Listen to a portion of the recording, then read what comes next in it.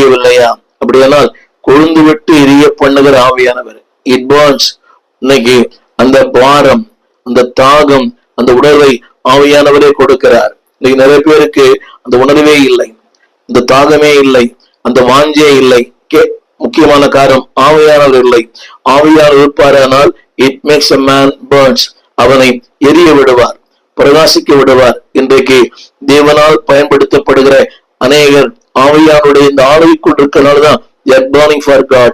பாடுகிறோமே, எரிந்து கொண்டிருப்பேன் எப்போதும் உமக்காய். என் அன்பு பிள்ளையே, ஆண்டவருக்காக எரிந்து கொண்டிருக்கிற ஒரு வாழ்க்கையை விரும்புகிறாயா? பக்தன் பாடினது போல, எரிந்து கொண்டிருப்பேன் எப்போதும் உமக்காய். எப்போதாவது ஒரு முறை அல்ல, எப்போதும் உனக்காய். அப்படியானால் அந்த வாந்தி இருக்குமானால் God will make you a burning fire. உங்களை அக்கினி உள்ள அக்கினியான ஒரு மனிதனாய் தேவன் மாற்றுவார். அக்கினி முதலாய் சூழ்ந்திருப்பார்.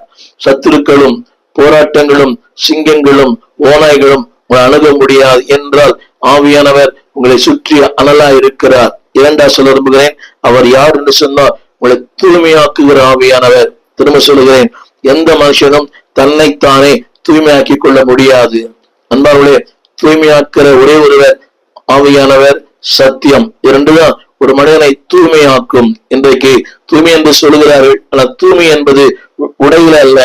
தூய்மை என்பது நம்முடைய உள்ளத்திலே, நம்முடைய பேச்சிலே, நம்முடைய பார்வையிலே, நம்முடைய சிந்தையிலே. மூன்றாவதாக இட் கன்சியூம்ஸ். அது என்ன செய்யும் சொன்னால், அன்பார்களே, தேவையில்லாத நம்ம ஆண்டவருக்கு விரும்பாத எல்லாவற்றையும் சாம்பலாக்கும். எனவேதான் பலிபீடத்தில் என்னை பயனே. அவனுடைய கருத்து என்னவென்றால், ஆண்டு வரும்போது அதாவது சுயம் சாம்பலாய் மாறும். இன்றைக்கு திருச்சபைக்கு போகிற அனைவருடைய வாழ்க்கையிலே இன்னும் சுயம் ஆளுகை செய்கிறது. நான், எனது, என்னுடைய, என் வாழ்க்கை, என் காரியங்கள் இல்லை என்பவருடைய the spirit of God consumes.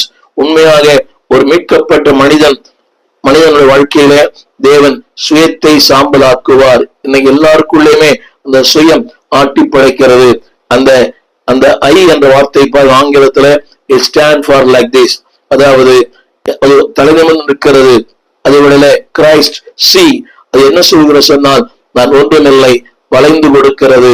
எனவேதான் திரும்ப திரும்ப ஆவியானவர் ஏன் தேவை என்றால், அன்பானவர்களே, உன் வாழ்க்கையை சுத்தமாக்க, உன் வாழ்க்கையை அன்பானவர்களே தூய்மையாக்க, உன் வாழ்க்கையில ஒரு ஆண்டவருக்காக எழும்பி பிரகாசிக்கிற, எரிந்து பிரகாசிக்கிற. இதைத்தான் யோவான் சொல்லப்பட்டது, அவன் எரிந்து பிரகாசிக்கிற விளக்காய் இருந்தான். அநேகர் அவன் வெளிச்சத்திலே கலிகூட மனதாய் இருந்தார்கள். எரிந்து பிரகாசிக்கிற ஒரு மனிதனாய் நீங்களும் நான்